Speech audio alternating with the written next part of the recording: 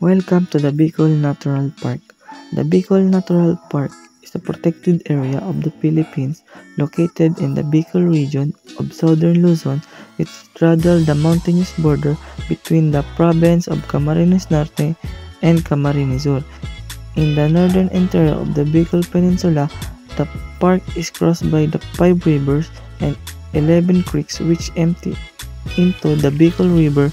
It contains natural swimming pool, picnic areas, park and camping areas, natural trails, backcountry shelter, and botanical and zoological garden. The importance into the ecosystem. The uses and importance of the Bicol Natural Park into the ecosystem. The Bicol Natural Park serves as a multi-phase resource with uses ranging from biodiversity, conservation, and research to ecotourism, water resource management, and cultural significance, highlighting its importance for both ecological preservation and human well-being. The Bicol Natural Park holds significant importance in the ecosystem due to its critical role in biodiversity conservation, habitat preservation, and environmental sustainability.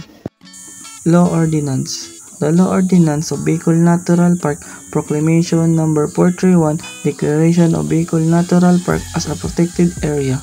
Proclamation No. 431 issued on December 29, 2000, declared as a Bicol Natural Park as a protected area in accordance with the NIPAS Act of 1992.